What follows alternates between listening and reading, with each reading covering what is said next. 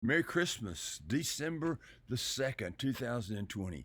I'm beginning to get into the Christmas spirit. We have our house decorated, the trees up, the mantles decorated. There's some little decorations in every room. In fact, even here in my little study, see my little Christmas tree? I have a tree down here with some little lights on it that's helping me prepare my heart and get ready for Christmas.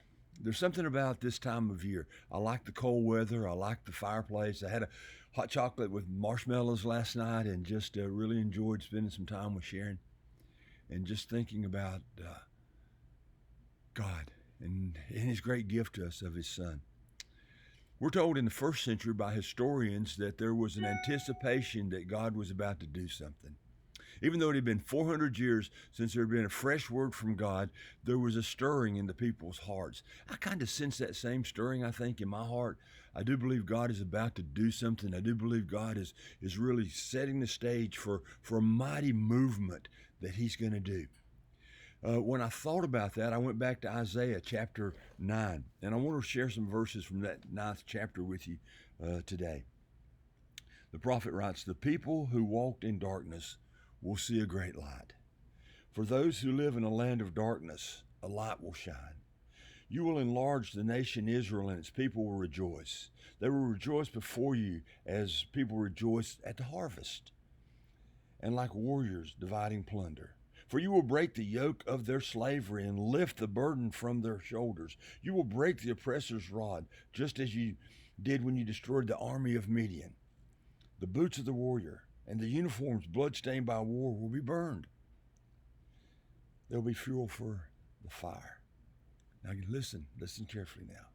"For a child will be born to us. A son is given to us, and the government will rest on his shoulders, and he will be called Wonderful Counselor, Mighty God, Everlasting Father, Prince of Peace. His government and its peace will never end.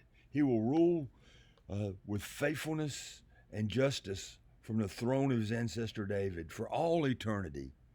The passionate commitment of the Lord of the heaven's army will make this happen."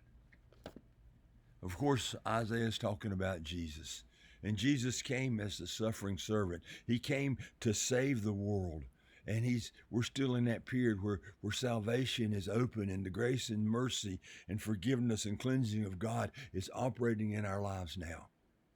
So let's take a moment today and just celebrate the fact that even in this time that we seem to feel like it's a pretty dark time, that God is moving, that his Spirit is working, and this is a day of salvation. Let me pray. Father, thank you for this study. Thank you for this day. Thank you for your word that is just as powerful in our lives today in the 21st century as it was when Isaiah first recorded it. May you bless everyone who's listening, and may there be a sense of anticipation, a sense of hope, a sense that, God, you're about to do something mighty and something good. And let us not miss it. We're anticipating. We're looking forward. We praise you and we thank you for Jesus, in whose name I pray. Amen. See you next week.